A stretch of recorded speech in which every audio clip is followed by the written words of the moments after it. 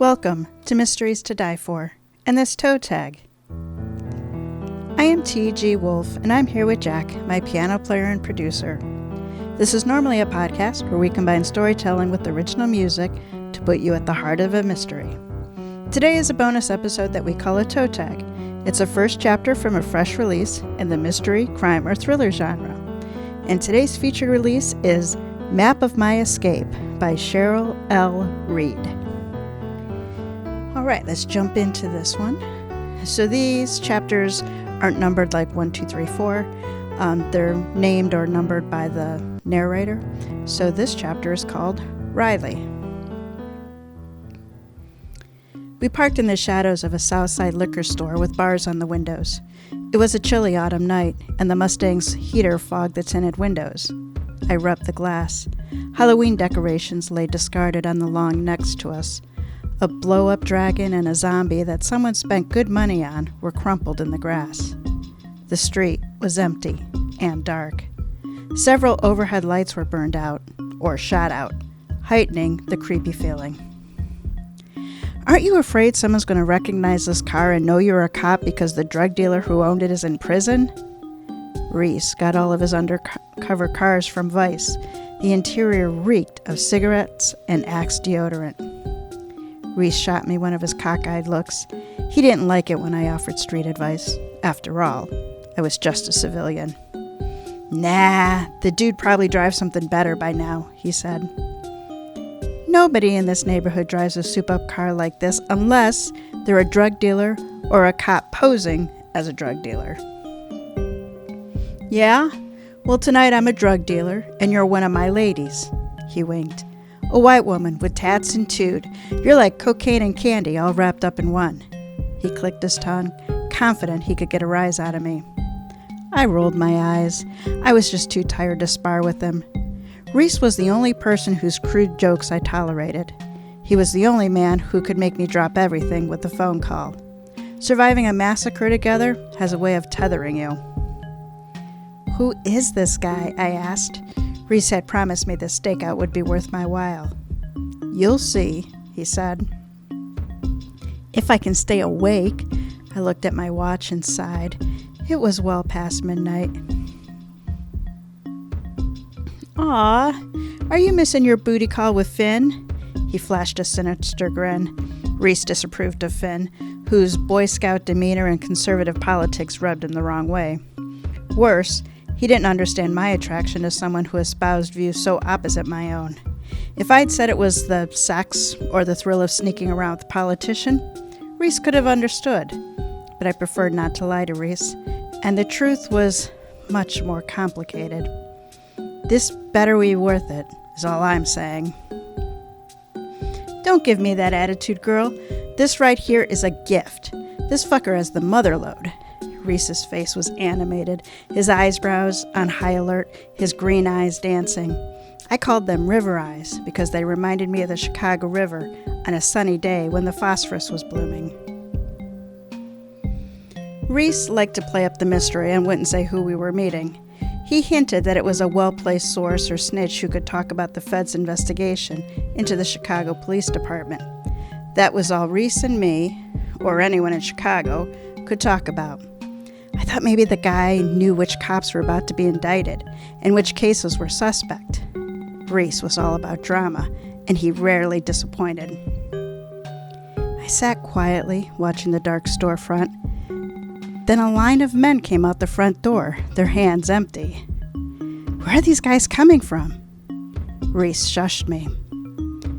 Where are we supposed to meet your guy? He shrugged and gave me a hangdog face. Oh, I knew that guilty look. You didn't tell him we were coming, did you? He threw up his hands. That's not how it works. No calls, sweets. I just show up. A tall, barrel-chested man wearing a full-length leather coat walked out of the store. The other men had vanished. He stopped under the streetlight and lit a black and mild.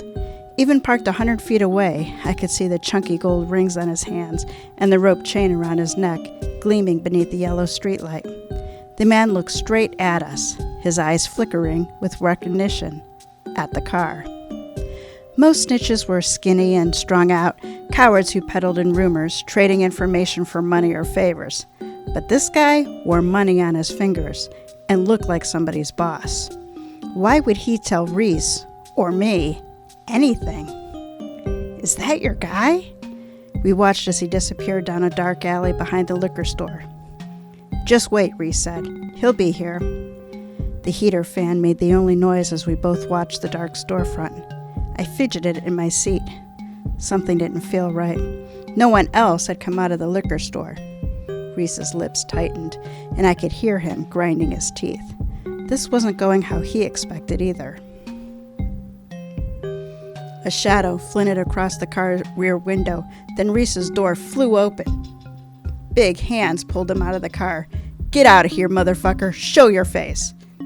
It was the barrel-chested man. Reece scrambled to his feet, pulled his gun from his shoulder holster, and thrust it in the stranger's face. The stranger jerked his head from the muzzle, stumbled backward, and fell to the sidewalk. Reece stood over him. Who the fuck are you? And the man didn't answer. Reece moved toward the car. The stranger grabbed Reece's leg and pulled him to the ground. The two wrestled. The man clamped his catcher's mitt palm onto Reece's hand, the one that held the gun, and began pushing the barrel toward Reece's head. I reached under the driver's seat looking for Reece's spare, but came up with a handful of wadded-up fast food wrappers. I opened the glove box, frantically digging beneath old registrations. My fingers wrapped around something metallic and cold. I held it up to the light, a silver revolver. I hated guns, hated all the pain they caused in my life. I glanced at Reece, his face full of fear, and I swallowed my uneasiness. I checked that the gun was loaded, turned off the safety, and got out of the car. Reece's arm shook trying to resist, but the barrel-chested man, twice his size, pushed Reece's arm steadily closer to his temple. Reece's face clenched with panic. "Shoot him!" Reece yelled. "Shoot him!" The stranger looked at me, surprised that Reece was not alone. I raised the gun, my hand shaking, my forefinger quivering. I picked the stranger's body part furthest from Reece's face. "Don't bother, bitch," the man yelled. "Bro here's gonna eat it." I lined up the sights, then pulled the trigger. Thunder burst in my head. I smelled the gunpowder in the night air and looked down at the warm metal in my palm. Then it got quiet. My ears filled with an empty, underwater sound. All right, that was the riveting first chapter of Map of My Escape. So here is my review. Map of My Escape is a crime drama. How did I say that so well? Map of My Escape is a crime drama novel. Anti-gun activist Kylie. Good thing I read the chapter well to you, because I am just not reading the words written on my review. Anti-gun activist Riley Keane has done the unthinkable. In a crisis situation, she shot at two men wrestling. But did she shoot the assailant or her close friend and Chicago police officer Reece Taylor? Either way, she's too hot to stay in her hometown. Now, Alderman Finn O'Farrell, Riley's lover, is left to deal with the fallout of threats, accusations, and blackmail. Bottom line, Map of My Escape is for you if you like crime-driven drama delivered at a pace meant to be savored. I think I'm going to have to slow down reading here. That or unknot my tongue. Let's see if we can say all the words correctly this time. The strength of the story, it's a really interesting plot delivered at a pace that doesn't rush. It is essentially two stories braided together, having the same starting point, an independent middle, and then coming back together at the end. After a terrific opening chapter, which you all just heard, Riley's story is that of her escape and the life she lives over those months. Aside from the beginning and end, her story is independent of Finn, who is left holding a bag of cat litter. He does what he can to track her while managing the fallout for her family, their anti-gun nonprofit, and his career. So you guys know how logic is a big one for me, and the logic here of our two narrators is rock solid. Riley is running, and her decision-making is less than crystal clear. So one of my favorite parts about this is you could really feel how fear was moving her forward. She was thoughtful. She was reasonable to the extent that you can when you're really fighting down panic on top of worry, especially for Reece. So Finn is the lover who is left behind, and he's left to juggle everything about her disappearance.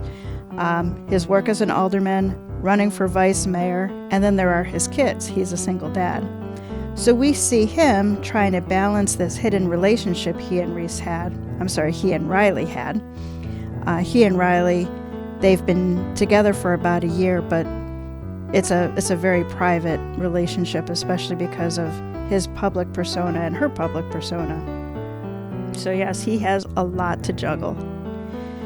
Riley and Finn are repeatedly challenged in their respective storylines and have to react as circumstances unexpectedly change, and it is the absolute fun part of reading this book. I thought it was a little interesting that while the characters really were constantly reacting, when it came to the actual resolution, they were more passive. It was something that happened to them more than something that they drove. Not good, not bad, just something that I look for when I read books, especially mysteries or thrillers, is how much do the characters drive their own resolution. I did have some questions about the logic of some of the side characters. So not Riley and Finn, I'm 100% on their logic. But when you think about Reece's actions, the Chicago PD and the FBI, they are all acting, and they're the ones that are forcing Riley and or Finn to react. But I didn't always follow how those actions, the Reece, Chicago, PD, and FBI, fit into their own bigger goals. I found a few small continuity errors, nothing that changed the direction of the story. It was just something that I noticed. So Map of My Escape is classified as a mystery on Amazon, and I do disagree with that characterization. There are no unknowns with third parties investigating. Riley and Finn know the answers to all the major questions, they just aren't telling us or telling each other. For example, for Finn it might be a mystery where Riley is, but we're with Riley every other chapter. We know exactly where she is. In Riley's story, she does face a number of mysteries, but she never steps into the role of a detective to force the resolution. In my opinion, this story best classifies as a crime drama. You probably figured that out because I think I said it 3 times already. You can easily imagine this story in a long format version on a show like Blue Bloods. It's character driven, it's action driven. There's a lot of good nitty gritty action to it, but there's just not a lot of mystery. It also fits because the characters are working to figure out what they had together, how they want to live going forward. Suspense is also a fair characterization because there are a lot of times that you are very worried for Riley. She manages to navigate things, but there are some very dicey situations there for her.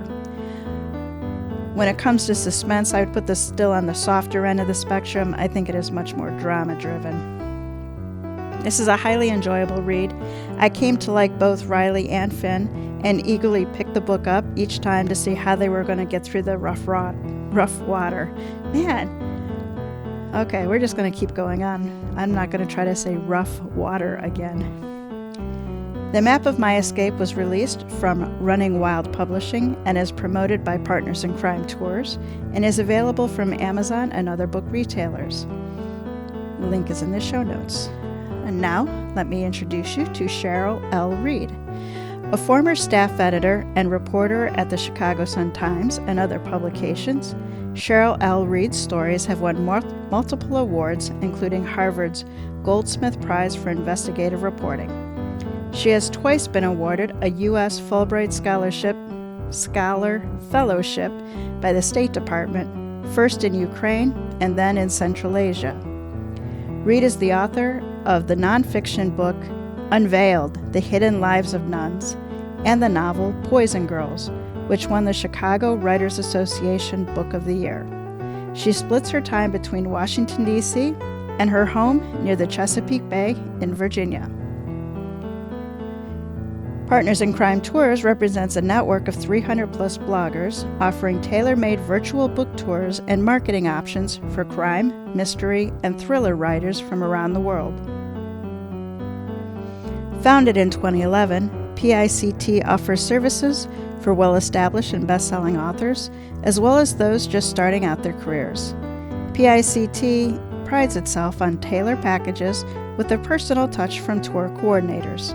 For more information, check out their website, partnersincrime-tours, all one word.com. And join us next week for Season 7, Games People Play. Next week, we're going to have an adaptation for you from a story from the early part of the 20th century. The game is a maze. The original title is The Mystery of the Downs by John Watson and author Jay Reece. The name of the adaptation? Well, I'm still working on that. With that, I will turn it over to Jack. Take us out.